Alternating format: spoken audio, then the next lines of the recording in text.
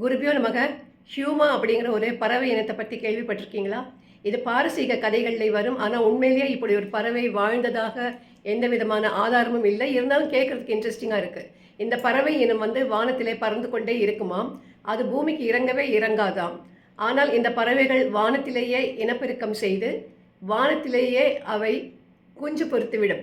அந்த முட்டைகள் வானத்திலிருந்து அந்த முட்டைகள் கீழே பூமியை நோக்கி வருவதற்குள்ளேயே அந்த குஞ்சு விரிந்து அது மீண்டும் வானத்தை நோக்கி பறக்க ஆரம்பித்து விடுவாம். அப்படின்னாக்கா இது ஒரு நாளும் பூமியை பார்த்ததில்லை, பூமியை தொட்டதில்லை என்று சொல்கிறார்கள். எந்த அளவுக்கு உண்மை என்று தெரியாது.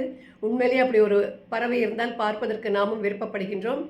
இந்த பறவையினுடைய நிழல் யார் மீது விழுகிறதோ அவர்கள் நிச்சயமாக ராஜாவாகி விடுவார்கள் என்று இவர்கள் ஆணித்தரமாக நம்புகிறார்கள். அப்படி ஒரு பறவை இருந்து அந்த நிழல் நம்ம மேலேயும் விழுந்தால் நன்றாகத்தான் இருக்கும். இந்த கருத்து உங்களுக்கு பிடித்திருந்தால் என்னுடைய சேனலுக்கு சப்ஸ்கிரைப் பண்ணுங்கள். இந்த நிகழ்ச்சியை உங்கள் நண்பர்களுக்கு ஷேர் செய்யுங்கள், கமெண்ட் பண்ணுங்கள்.